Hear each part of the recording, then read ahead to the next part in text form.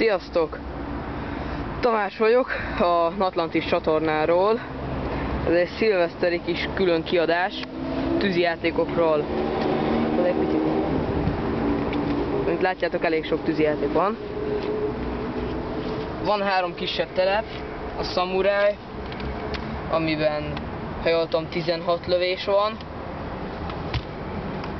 A Ninja, amiben szintén. Ezek nagyon olcsók, mégis meglepően szépek. Van egy ilyen Angels from Hell, 25 lövéses, ezt nem ismerem. Van egy ilyen After Party nevű, ami ízlések és pofonok, kinek hogy tetszik. 49 lövéssel ilyeneket tud lőni. Tehát szerintem eléggé szép.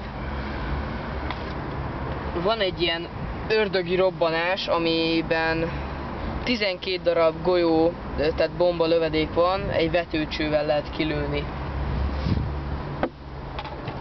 És van egy ilyen Budapest nevű játékszer, ami igazából 19 lövés, és állítólag nagyon szép. Ezt majd meg fogom nektek mutatni a következő videómban. Aztán majd írjatok kommentet, remélem tetszeni fog. Vége.